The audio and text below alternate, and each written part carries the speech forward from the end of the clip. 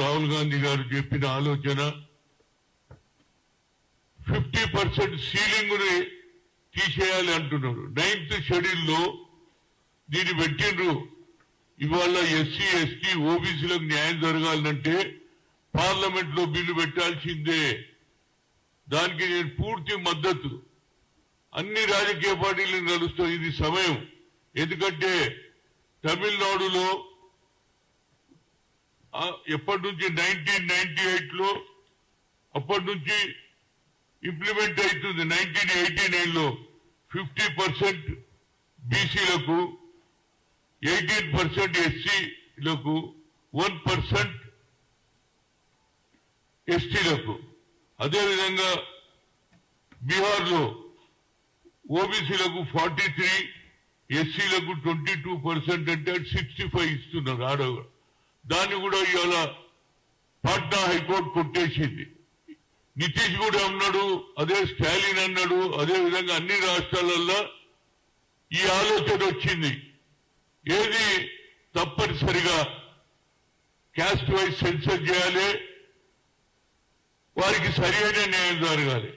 దానికంటే ముందు మండల్ కమిషన్ లో 27% అంటే ఇప్పటిదాకా 27% ఇంప్లిమెంట్ అయితలేదు. మళ్ళీ చూద్దామంటే ప్రధానమంత్రి ఓబీసీ ఇంతవరకు అయినా ఏది లేదు. క్యాస్ట్ వైజ్ సెన్సర్ చేయడు. అదేవిధంగా ఏదైతే బడుగు బలైన వర్గాలకు రిజర్వేషన్ పెంచాలనే ఆలోచన లేదు. అది కేవలం కాంగ్రెస్ తోటే సాధ్యమవుతుంది, ఇండియా కూటమితో సాధ్యమవుతుంది. నేను ఓబీసీ ఎంపీస్ కన్వీనర్ గా గతంలో ఐఐఎంలో రిజర్వేషన్ లేదని సుప్రీంకోర్టు కొట్టేస్తే సోనియా గాంధీ గారు మన్మోహన్ సింగ్ చెప్తే పార్లమెంట్ బిల్లు పెడితే అందరు పాస్ అయింది. అదేవిధంగా ఈసారి కూడా రాహుల్ గాంధీ గారు ప్రధానమంత్రి అయినట్టు ఇవన్నీ జరిగిపోతుంటే కొద్దిలో తప్పిపోయింది. అయినా ఇవాళ హైయెస్ట్ మెజార్టీ మనదే ఉన్నది.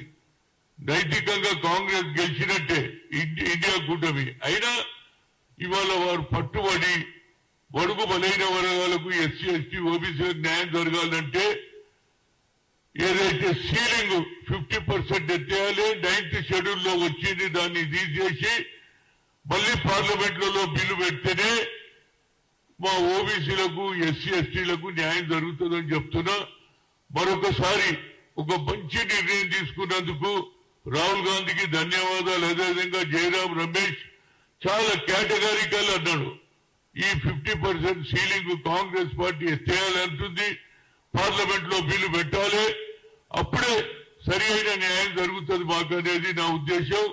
ఎట్టి పరిస్థితుల్లో దాని గురించి రాత్రి పగలు కష్టపడి అన్ని రాష్ట్రాలలో పార్లమెంట్ మెంబర్లను కలిసి ఈ బిల్లు పాస్ అయితేనే మాకు సరి అయిన న్యాయం జరుగుతుంది. ఓట్లేమో మాయా రాజ్యం మీద కనుక ఈ ఓట్లు మెజార్టీ ఉన్నటువంటి వాళ్లకు న్యాయం జరగాలని ఎక్స్రే కూడా అన్నాడు రాహుల్ గాంధీ. కన్యాకుమారి నుంచి కశ్మీర్ జరుగుగా మరొకసారి కాంగ్రెస్ పార్టీ నిర్ణయం తీసుకున్నందుకు నేను హృదయపూర్వక ధన్యవాదాలు. ఇది ఎప్పటి నుంచో కోరుతున్నా.